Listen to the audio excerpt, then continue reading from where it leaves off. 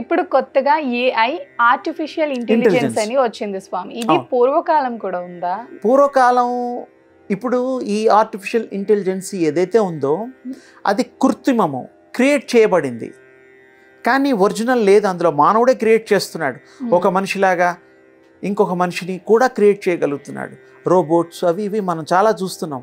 ఇప్పుడు మీరు గనక వీడియో కాల్లో ఎవరితోటన్నా మాట్లాడారనుకోండి, వాళ్ళు అది రికార్డ్ చేసుకొని మీరు మాట్లాడినట్టుగా బ్యాంకులోనూ ఇంకా రకరకాలతో ఆ వీడియోలు తయారు చేసి పంపిస్తున్నారు. అది ఆర్టిఫిషియల్ ఇంటెలిజెన్స్లో ఈ మధ్య చాలా న్యూస్లో వచ్చింది. పట్టుకున్నారు, బ్యాంక్లో కూడా డబ్బులు డ్రా చేశారు. ఇప్పుడు అంత అడ్వాన్స్ అయింది. ఒకప్పుడు ఈ ఇంటెలిజెన్సీ బేసిక్గా న్యాచురల్గా ఉండేది. ఎలా అంటే తపస్సుతో, యోగంతో వాళ్ళు మనో ప్రయాణాలు చేస్తూ క్రియేట్ చేయగలిగేవారు. ఆర్టిఫిషియల్ కాదు, రియాలిటీ ఉండేది. ఇలా వాళ్ళు కమండల్లో నుంచి నీళ్లు తీసుకొని సంకల్పం చేసి చల్లితే జంతువులుగా మారేవాళ్ళు. జంతువులుగా కొత్త జంతువులు వచ్చేవి, మనుషులు పుట్టేవారు. తల్లిదండ్రులు అవసరం లేదు. అలాంటి గొప్ప స్థితి మన హిందూ సనాతన ధర్మం మొదటి నుంచి ఋషి ప్రోక్తంగాను తపస్సులతో చేసుకున్న వాళ్ళు, మునులు అందరూ కూడాను అప్పట్లో అవి ఎన్నో సాక్ష్యాలు ఉన్నాయి మనకు. అసలు ఎలా సాధ్యమవుతుంది? You are the creator when you are pure. You are the creator when you are pure like God. God can create anything. దేవుడు అనేటువంటి మనం దేవుడు అంటున్నాం, ఇంకోటి అంటారు, ఏ భాష అయినా ఒక శక్తి చేయలేని పని ఏముంటుందమ్మా? అన్నీ చేయగలుగుతుంది. చాలా తేలిగ్గా చెప్పాను నేను. దాని గురించి కూడా నేను విశేషంగా శక్తికి అసలు రూపం లేనిదే శక్తి. మీలో, నాలో, దేవుళ్ళల్లో కూడా ఉండేదే శక్తి, దివ్యశక్తి. అది ప్రయాణాలు అసలు ఎలా ఉంటాయి అమ్మా? శక్తి ప్రయాణాలు అమోఘము, అనంతము, అద్వితీయము, చాలా బ్రహ్మాండంగా ఎక్కడికంటే వెళ్ళగలుగుతుంది. మార్సు ఎక్కడికైనా. ఒకప్పుడు సూర్యుడి దగ్గర కూడా వెళ్ళిన దాఖలాలు ఉన్నాయి. దేవుళ్ళు, మనం దేవుళ్ళు అనేవాడు చరిత్ర పురాణాలలో ఉన్నాయి తల్లి. మరి శక్తి వల్ల మీరు అన్నీ పొందొచ్చు. 30 రోజులు కష్టపడితే జీతం వస్తుంది మామూలు వాళ్ళకి. అంటే రోజు ఇన్ని గంటలకి ఇంత పడుతుందిగా లెక్క. ఓ రోజు మానేస్తే ఏదో వాళ్ళు ఏదో సెలవులు ఇస్తూ ఉంటారు, ఆరోగ్యరీత్యా రెస్ట్ సెలవులు. కానీ మరి పని చేసినప్పుడు జీతంలాగా ఎలాగైతే తీసుకుంటున్నామో ఇక్కడ కూడా ఆ వర్క్ చేసినప్పుడు దాని ఫలితం దొరుకుతుంది తప్పకుండా. విశేషంగా ధ్యానం చేయాలి, విశేషంగా మనం మమేకమైపోవాలి శక్తిలో. దానికి ట్యాప్ చేయాలి, కాన్సన్ట్రేట్ చేయాలి. మీకు ఒక రోజులో అవుతుంది, 2 రోజులు అవుతుంది, 3 రోజుల్లో అవుతుంది, వచ్చేస్తుంది. ఇంకో గొప్ప విశేషం మీకు పామర భాషలో చెప్తా.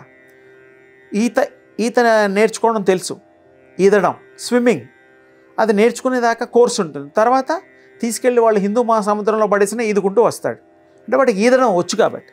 లైక్ డ్రైవింగ్, ఏ కార్ అయినా డ్రైవ్ చేయొచ్చు ఒకసారి కార్ డ్రైవింగ్ వస్తే. అంతేనా? ఒక్కొక్క కార్కి సపరేట్ డ్రైవింగ్లు ఉంటాయా?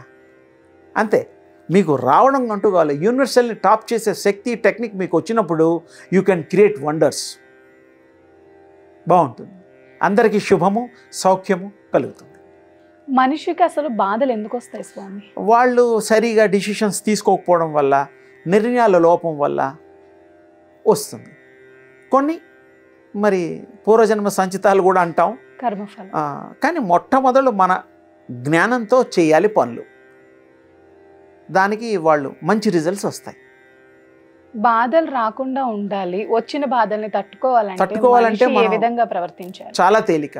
మనం మంచి డిసిషన్స్ తీసుకోవాలి, మంచి ఆలోచించాలి, దానికి కావాల్సిన మంచి ప్లానింగ్ ఉండాలి, ఎవరికి ఛాన్స్ ఇవ్వకూడదు. అప్పుడు మీకు బాధ ఎవరు పెట్టరు. బాధ ఎందుకు పెడతారు? మనం ఛాన్స్ ఇచ్చినందుకేగా బాధ పెట్టేది. డిఎన్ఏకి మానవులకి అసలు సంబంధం ఏంటి? డిఎన్ఏ అనేటువంటిది మన పూర్వ జన్మల వంశ వృక్షం అంటాం. ఇప్పుడు వంశ వృక్షం అంటే కూడా తెలియదు, వృక్షం అంటే చెట్టు అనుకుంటారు. అది కూడా ఒక రకంగా వృక్షం అంటే మహావృక్షం. మనం 7 తరాలు, 3 తరాలు, 20 తరాలు అలా ఉంటాయి. ఒకప్పుడు పెళ్ళిలో 7 తరాలు చూసేవారు, ఇప్పుడు 1 తరం కూడా చూడడం లేదు. అంటే దానివల్ల జబ్బులు, అలవాట్లు, గుణాలు మారిపోతున్నాయి.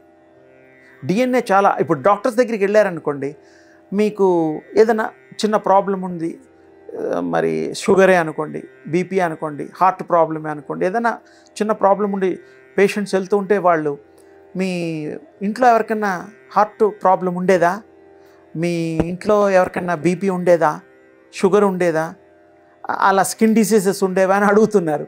ఎందుకు అంటే డిఎన్ఏలో అది ట్రావెల్ అవుతుంది, పూర్వీకుల నుంచే వస్తుంది. అది ఎవరికన్నా ఉంటే మనకు తెలియకుండా ఇప్పుడు మనం పుట్టిన వాళ్ళకి ఎవరికైనా ఒక ఏజ్లో రావచ్చు.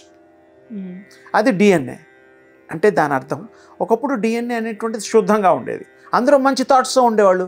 మంచి థాట్స్లో ఉండేవాళ్ళకి మంచి థాట్స్ వాళ్ళే పిల్లలు గాను ఇంకోరు గాను. అప్పట్లో రామరాజ్యంలో మరి అందరూ భిక్షువులు ఉండేవారు కాదని చెప్పేవారు కదా. మరి ఇప్పుడు ఇంగ్లీష్లో అడుక్కుంటున్నాం, తెలుగులో అడుక్కుంటాం, తమిళం, మలయాళం అన్ని భాషల్లో అడుక్కుంటున్నాం. మీరు చూడండి బయట చాలా హారబుల్గా ఉంటుంది. వాళ్ళని మనం మార్చలేము, ఎందుకంటే సొసైటీ మారాలి. వంశపారంపర్యంగా వచ్చే దాన్ని డిఎన్ఏ అంటారు. జెనెటిక్ కంటిన్యూ అవుతుంది, సైంటిఫిక్గా ప్రూవ్డ్. దీని గురించి కూడా మనం విశేషంగా ఓ రోజు చర్చ పెట్టుకుందాం ఇంకా డీటెయిల్డ్గా. 50 తరాలు, 70 తరాలు, 80 తరాలు, ఎన్ని తరాలు అన్ని తరాల గురించి కూడా మీకు డీటెయిల్డ్గా చెప్తా. అసలు ఆ తరాల్లో ఈ కంటికి కనపడినటువంటి రూపంలో రూపాంతరం చెందుతూ ఉంటుంది మనుషులు.